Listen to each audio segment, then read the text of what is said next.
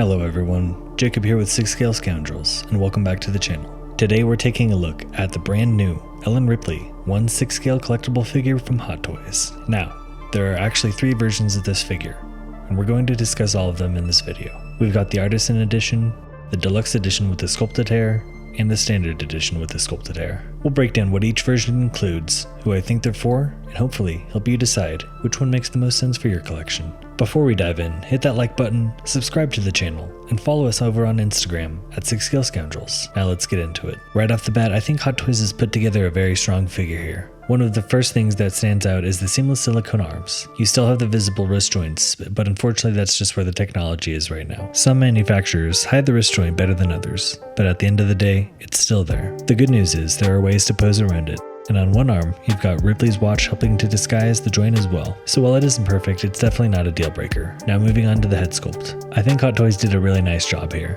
I immediately see Ellen Ripley when I look at this portrait. The likeness feels strong, the facial proportions look mostly right, and the expression feels very much in line with the character we know from Aliens. It's definitely more of a stoic look as opposed to a battle expression. The outfit looks pretty good. Her Reebok shoes are officially licensed Reeboks, which is really cool, and the flamethrower looks great too.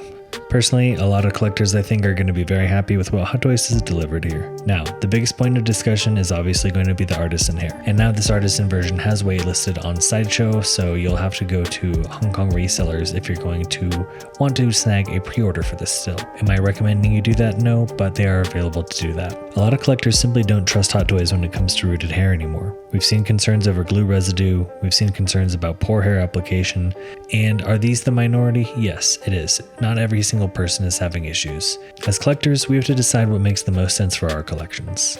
Personally, looking at these prototype images, I think the hair looks really good. I don't see anything that immediately jumps out as problematic. It doesn't look overly voluminous, it doesn't look wild or messy, it looks fairly natural. With that being said, prototypes and final production figures can be two very different conversations. We'll have to wait and see what arrives in collectors' hands. Taking a look at the accessories, the pulse rifle looks fantastic. You can see the removable magazine, you can see the retractable stock. Those are exactly the kinds of details you want to see on a figure like this, and it turned out great. And let's be honest, you're probably going to end up posing Ripley with a pulse rifle anyway. Now, if you pick up either the Deluxe Edition or the Artisan Edition, you'll also receive the Xenomorph egg accessory. That's one of the bigger additions that separates those versions from the standard release. Now, let's take a look at the Deluxe Edition with the sculpted hair. When you compare the two side by side, I do think the Artisan version has a certain presence to it. There's something about the rooted hair that helps bring the portrait to life. It adds a little bit more realism and makes the face sculpt feel more natural.